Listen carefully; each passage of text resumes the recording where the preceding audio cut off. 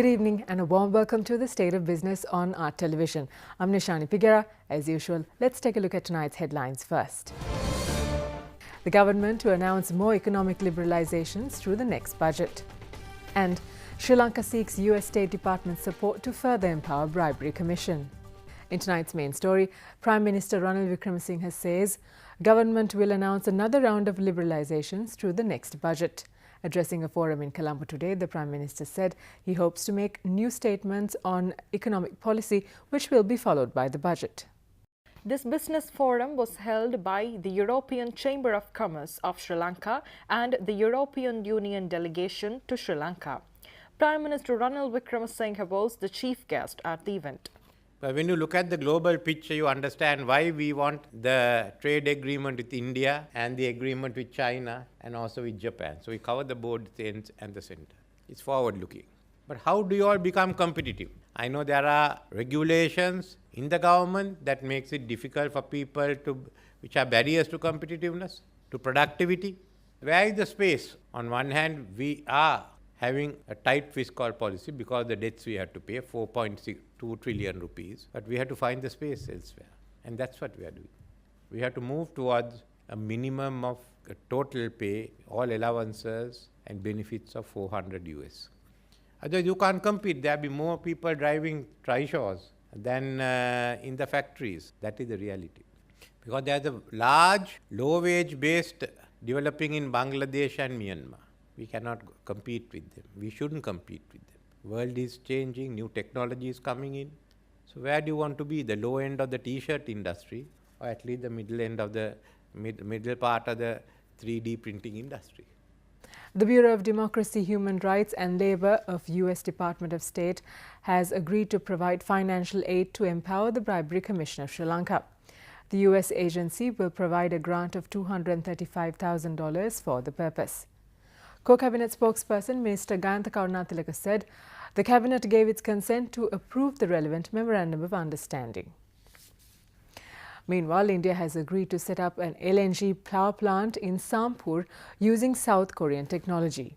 LG, there was a long discussion at the Cabinet level because now there are two proposals, one from the Korean government, but there is another proposal because the President, when he visited India, he told the Prime Minister of India that coal power plant cannot go, right? Because he is as the Minister of Environment, it cannot continue because it is not environment friendly. Therefore, he suggested to bring a proposal on LG. But the only thing there, India is not so advanced on LG plants. So that is why LG plants that they have come into a cooperation with Japan.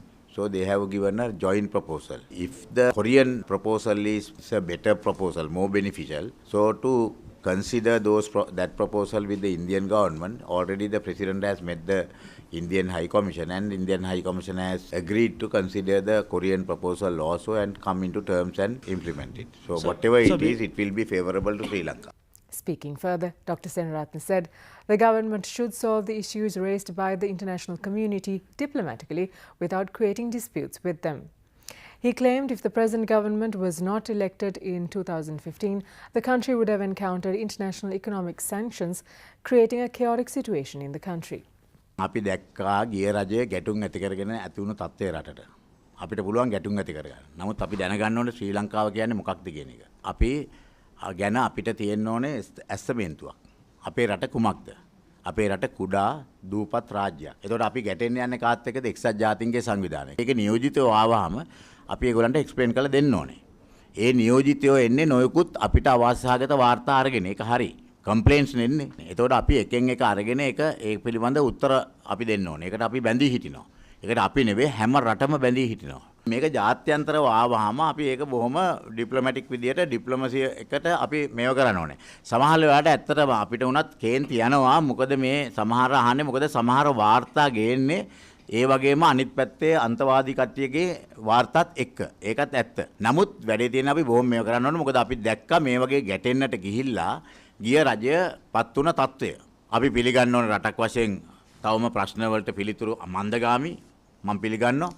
තාම දේශපාලන සිරුකරුවන්ගේ ප්‍රශ්නය විසඳුමක් නැහැ. තාම දෙමළ මිනිසුන්ගේ ඉඩම් වල අයිතිය පිළිබඳ අවසානයක් නැහැ. දැන් එතකොට අතුරුදහන් වීම පිළිබඳව අවසානයක් නැහැ.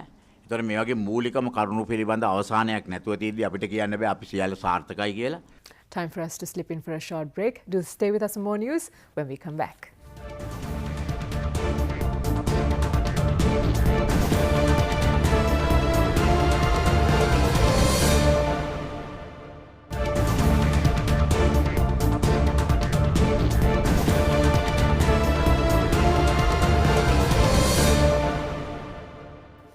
Welcome back. You're watching The State of Business.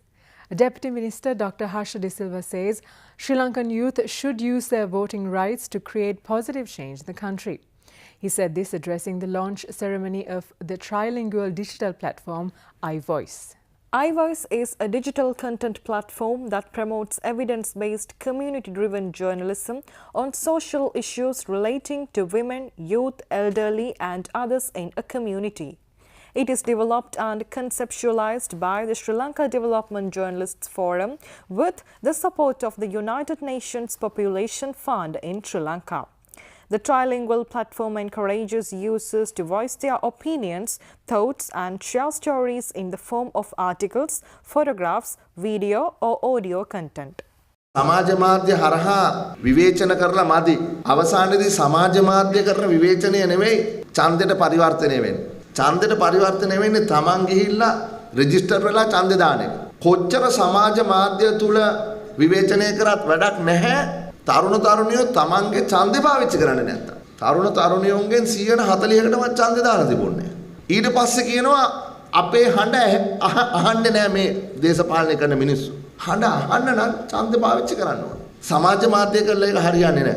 සමාජ මාධ්‍ය හරහා සාකච්ඡා කරමු. සංවර්ධනයේ ගැටලු. නමුත් තමන්ගේ ප්‍රජාතන්ත්‍රවාදී අයිතිය භාවිතා කරන්න. Stocks closed on a negative note today. Details after this break.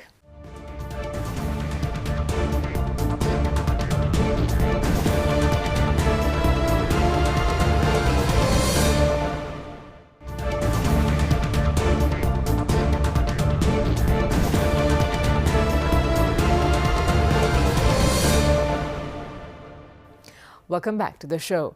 Trading at the Colombo Stock Exchange ended in the red due to price losses in counters such as Hemas Holdings, Chevron Lubricants and Maelstrom Corp Limited. The oil share price index dropped 39.81 points to close at 6,695.23 and the S&P SL 20 index dropped 36.78 points to close the session at 3,838.08. Turnover was 781.5 million rupees and 36.8 million shares were traded. Crossings were witnessed in Ceylon Coal Stores, Hat National Bank and Tokyo Cement Company non-voting. Mixed interest was observed in Chevron Lubricants and Lanka IOC. Meanwhile, foreigners remained active, closing as net buyers mainly due to foreign purchasing in Tokyo Cement Company non-voting. And now let's take a look at the day's forex rates.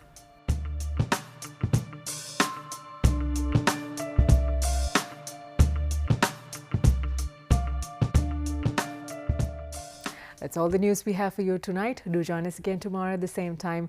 Until then, thank you for watching. Have a pleasant evening.